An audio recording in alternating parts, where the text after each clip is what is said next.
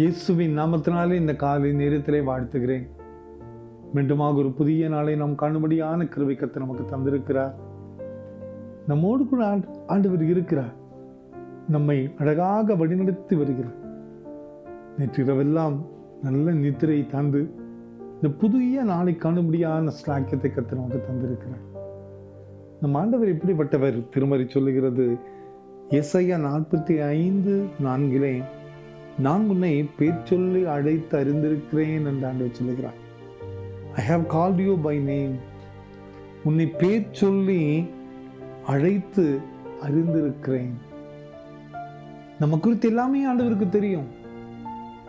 இன்னைக்கு நம்ம நண்பர்களாக நாம் கூடினாலும் கூட ஓரளவுக்கு தான் ஒருத்தரை புரிந்து கொள்ள முடியும். நம் நண்பர்களை கூட நெருங்கி பழகுகிற மக்களை கூட புரிந்து கொள்ள முடியாத அநேக சூழ்நிலைகள் நமக்குள்ள இருக்கிறது.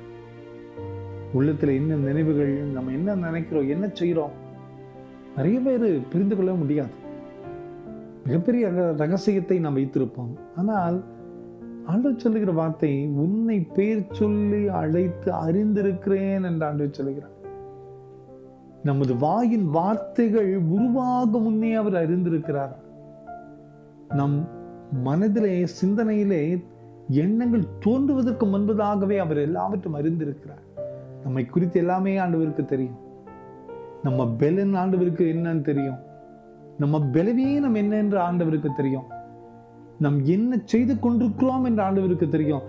நாம் எப்படிப்பட்ட வாழ்க்கை வாழ்ந்து கொண்டிருக்கிறோம் என்று ஆண்டவருக்கு தெரியும்.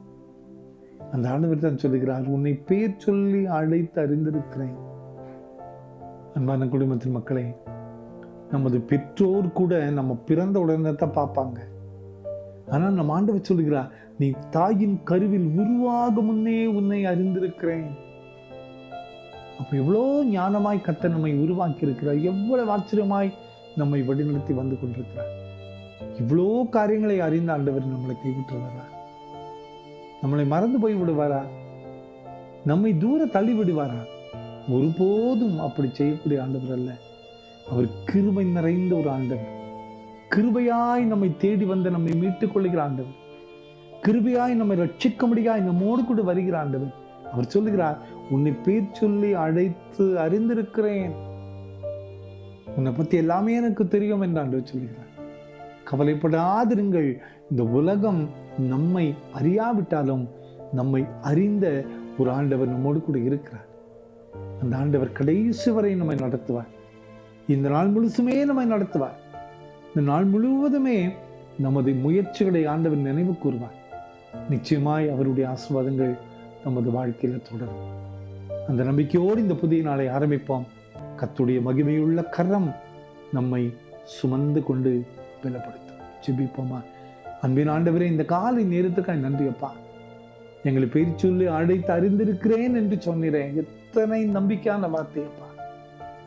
இந்த செய்தி கேட்டுக்கொண்டிருக்கிற ஒவ்வொருவரையும் அறிந்திருக்கிற தேவனப்பா.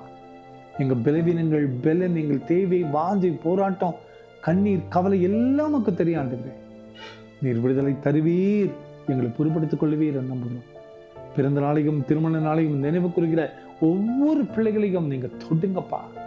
நீங்க ஆசீர்வதிங்க, நீங்க மகிமைப்படுத்தும், வழி நடத்தும். இயேசுவின் மூலம் ஜெபங்களும் எங்கள் நல்ல பிதாவே. ஆமென், ஆமென்.